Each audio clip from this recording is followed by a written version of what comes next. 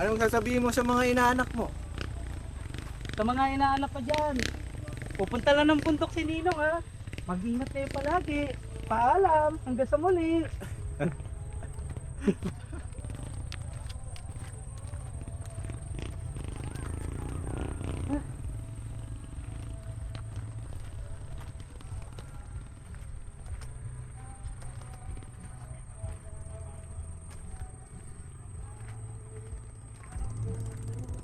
Doon tayo. Mas feel na feel mo doon. May bahay po.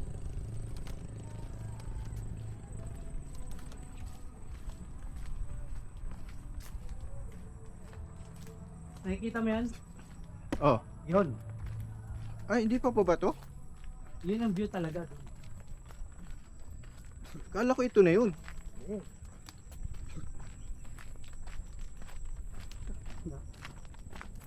Oh, ayun o. Picture kaya tayo dito. Ganda oh. Oh, ganda doon. Kasi kita pa yung papunta doon. Dito muna.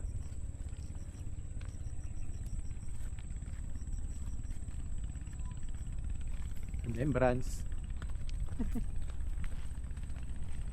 Sabi ko nga kaya, gusto ko ganito rin eh. Punta kami ng ganito eh. Papalag ng lakaran yun. Pwede naman yun eh. Okay. Sabi nga, parawagan eh. So ako naman tatanungin, maganda dito. Mas gusto ko nga dito. Kasi ganito yung kanina. Ayun.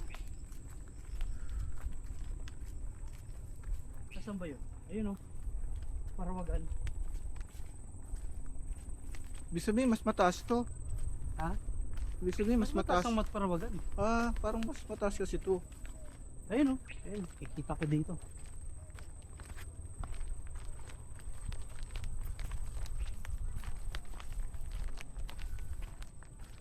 Yan.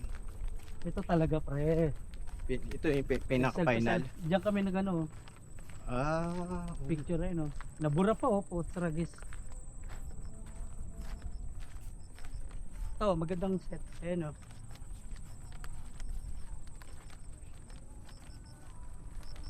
Ito talagang pinaka spot yan. Yung